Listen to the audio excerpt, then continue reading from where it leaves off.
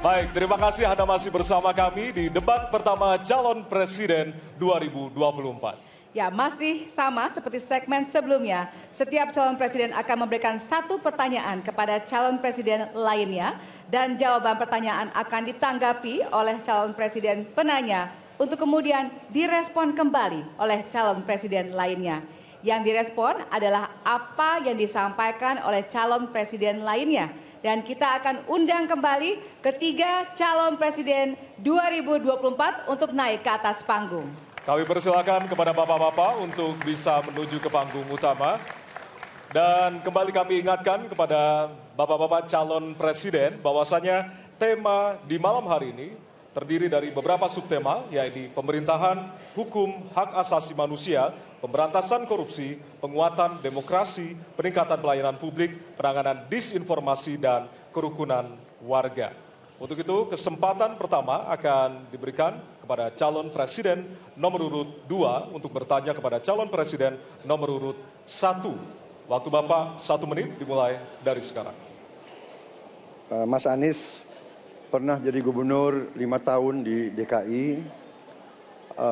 Anggaran DKI setahun sekitar 80 T. Jumlah penduduk Indonesia DKI 10 juta kira kurang lebih.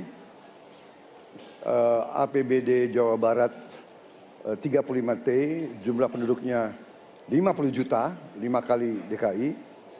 Tetapi selama Mas Anies mimpin, sering sekali DKI menerima indeks polusi tertinggi di dunia.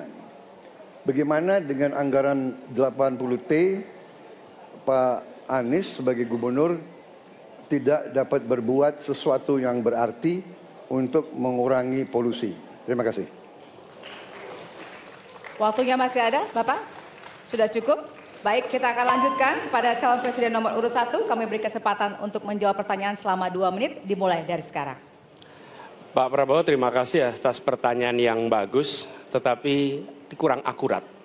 Saya akan jelaskan, Pak. Ketika satu daerah mengatakan di tempat kami tidak ada COVID, di tempat kami COVID banyak, lalu yang tidak ada COVID kami tanya, kenapa tidak ada COVID? Nah, kami nggak punya alat testing, Pak. Karena tidak punya alat testing, maka tidak ada COVID. Yang punya alat testing maka ada COVID. Okay? Saya tidak tanya COVID, saya tanya polusi. Boleh saya selesaikan dulu? Ya. Jadi, apa yang terjadi? Di Jakarta kami memasang alat pemantau polusi udara. Bila masalah polusi udara itu bersumber dari dalam kota Jakarta, maka hari ini, besok, minggu depan konsisten selalu akan kotor. Tapi apa yang terjadi? Ada hari di mana kita bersih, ada hari di mana kita kotor. Ada masa minggu pagi, Jagakarsa sangat kotor. Apa yang terjadi? Polusi udara tak punya KTP. Angin tak ada KTP-nya. Angin itu bergerak dari sana sini. Ketika polutan yang muncul dari pembangkit listrik tenaga uap mengalir ke Jakarta, maka Jakarta punya indikator, karena itu Jakarta mengatakan ada polusi udara. Ketika anginnya bergerak ke arah Lampung, ke arah Sumatera, ke arah Laut Jawa, di sana tidak ada alat monitor, maka tidak muncul. Dan Jakarta pada saat itu bersih. Kalau problemnya dari dalam kota saja, maka konsisten tiap waktu. Ya, kita punya masalah polusi. Karena itu kita kerjakan dengan apa? Kita lakukan, Pak. 1, dengan pengendalian emisi dari kendaraan bermotor dan pengujian emisi sekarang wajib. Yang kedua, elektrifikasi kendaraan umum. Yang ketiga, konversi kendaraan umum. Dan dulu yang naik kendaraan umum hanya 350.000 per hari, sekarang 1 juta per hari. Jadi itu kita kerjakan untuk menangani soal polusi di Jakarta. Baik. Masih ada waktu, Bapak? Cukup? Ya. Kami persilakan kepada calon presiden nomor urut 2 untuk kemudian menanggapi jawaban dari calon presiden nomor urut 1. Waktu Bapak 1 menit dimulai dari sekarang. Ya susah kalau kita menyalahkan angin dari mana saja ya. Jadi saya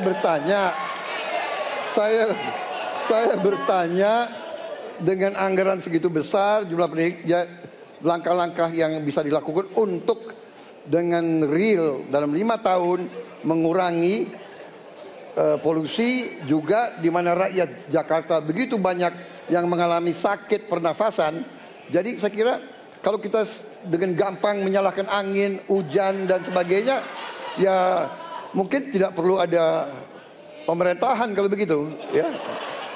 Terima kasih. Ya. Masih ada waktu? Akan menambahkan? Cukup. Cukup. Baik. Baik, selanjutnya kami berikan kesempatan kepada calon presiden nomor urut 1 untuk menanggapi tanggapan dari calon presiden nomor urut 2. Waktunya 1 menit, dimulai dari sekarang. Ya, inilah bedanya yang berbicara pakai data, yang berbicara pakai fiksi. Oke? Ini pakai data. Jadi ketika ditunjukkan, ya memang ada sumber polutan dari dalam kota.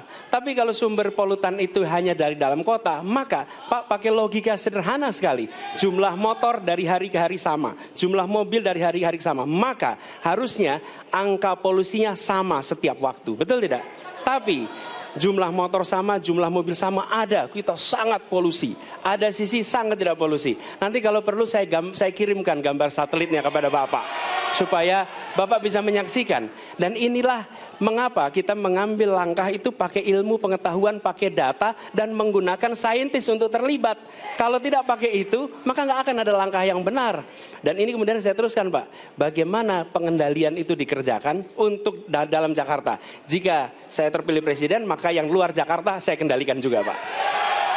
Baik. Terima kasih. Ya. Dan selanjutnya kami akan beri kesempatan bertanya yang tentunya akan diberikan kepada calon presiden nomor urut 3 untuk bertanya ke calon presiden nomor urut 2. Waktu Bapak 1 menit dimulai dari sekarang. Izinkan saya harus membaca data untuk mengingatkan. Pak Prabowo, karena nomor 2 saya pertanyaannya 2. Ada 12 kasus pelanggaran HAM berat yang sudah dikeluarkan mulai dari peristiwa 65, penembakan misterius, Talang Sari, penghilangan paksa sampai Wamena. Dan saya ingatkan tahun 2009 DPR sudah mengeluarkan 4 rekomendasi pada saat itu kepada Presiden. 1, membentuk pengadilan HAM ad hoc. Yang kedua, menemukan 13 korban penghilangan paksa. Yang keempat, memberikan kompensasi dan pemulihan. Dan yang keempat, meratifikasi konvensi anti penghilangan paksa sebagai upaya pencegahan. Pertanyaan saja 2. Kalau Bapak ada di situ, apakah akan membuat pengadilan HAM dan membereskan rekomendasi DPR? Pertanyaan kedua, di luar sana menunggu banyak ibu-ibu, apakah Bapak bisa membantu menemukan di mana kuburnya yang hilang agar mereka bisa berziarah? Saya persilakan.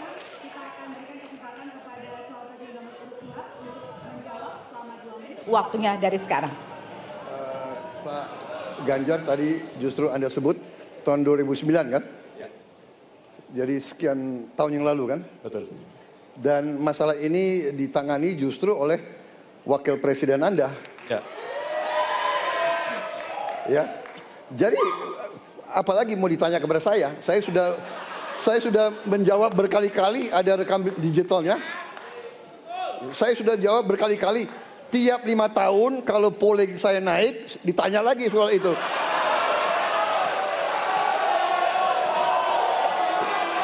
Bapak tahu data nggak?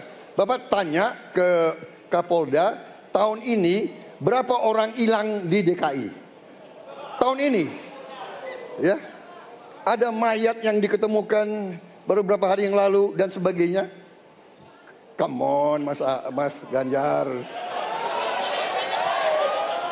Ya, jadi saya tadi katakan, saya merasa bahwa saya yang sangat keras membela hak asasi manusia. Nyatanya orang-orang yang dulu ditahan, tapol-tapol, yang katanya saya culik, sekarang ada di pihak saya membela saya, saudara sekalian.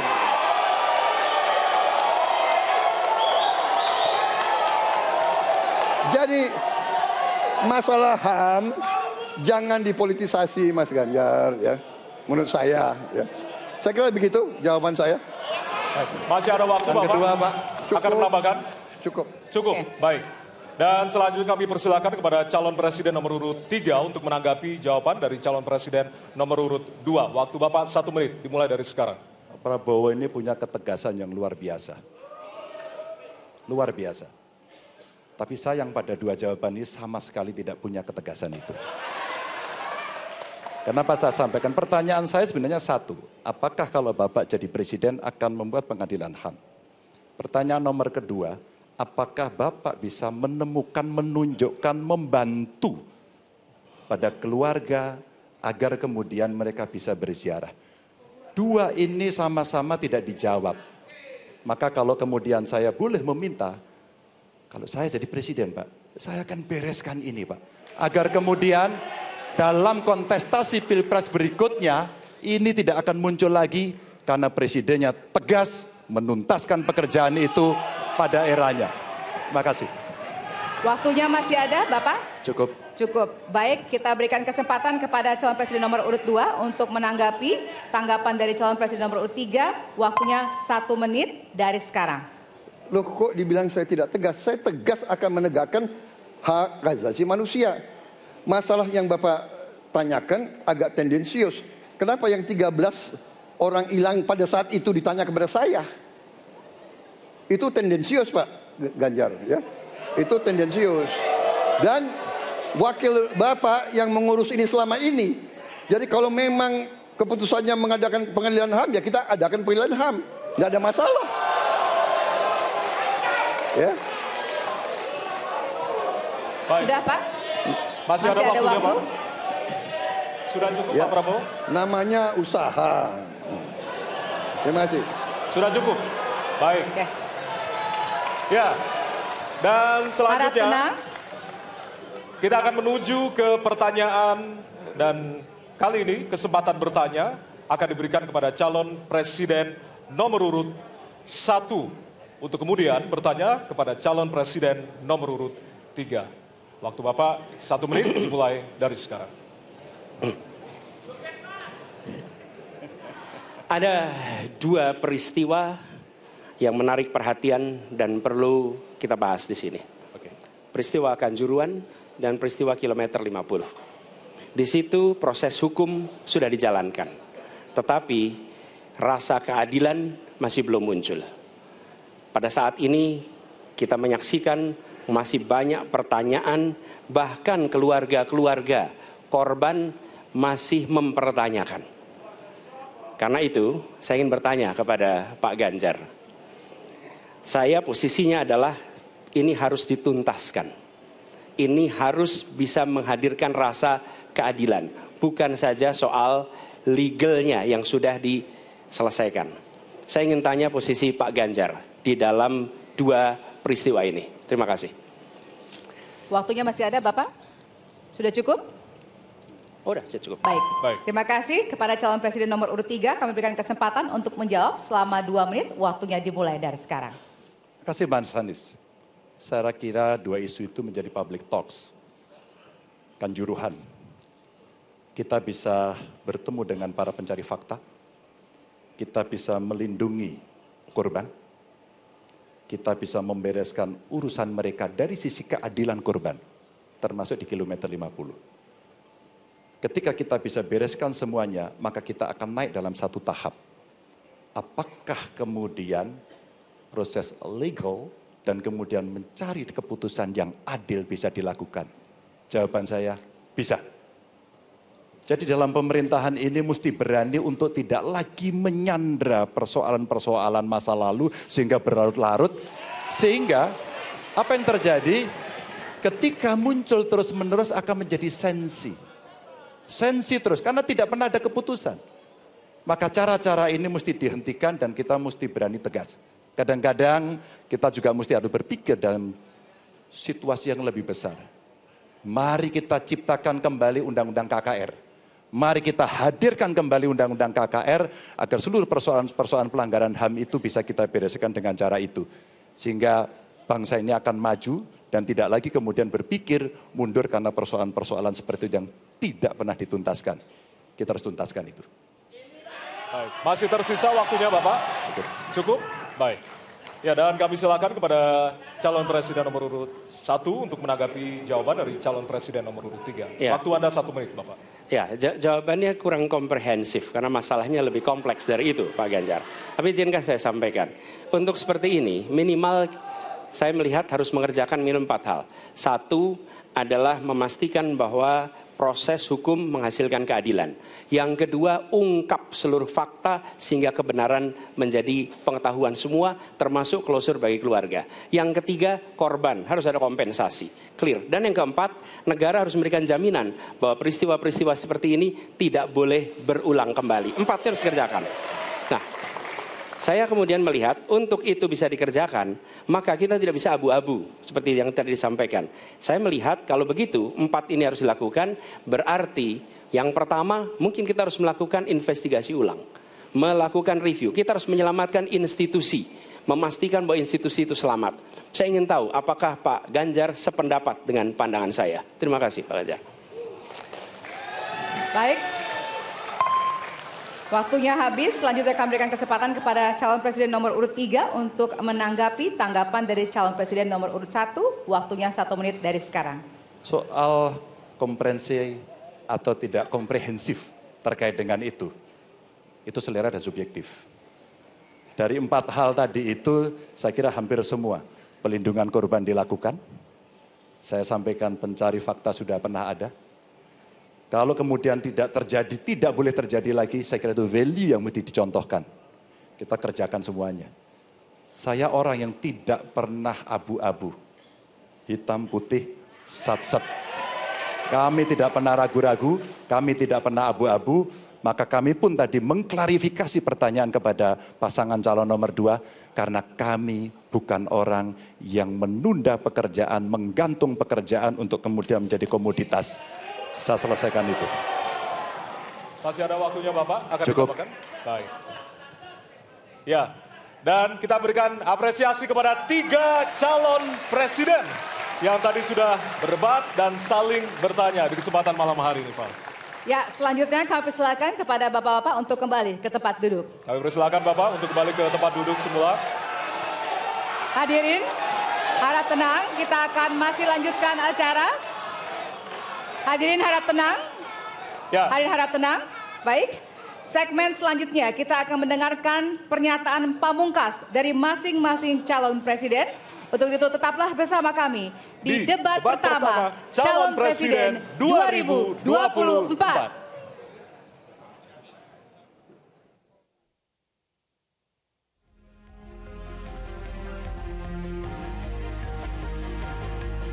Bahwasanya keyakinan tiap manusia bisa berbeda-beda. Perbedaan justru bisa menyatukan. Toleransi adalah bagian dari demokrasi. Pulih rakyat adalah kita. Jangan sia-siakan hak pilihan. Demi Indonesia damai, adil, dan makmur, mari kita berpartisipasi dalam pemilu 14 Februari 2024. 14 Februari ya? Beres ya, Ibu takkan lupa toh. Don, kamu juga ya? Ya Bu, tanggal 14 Februari kan?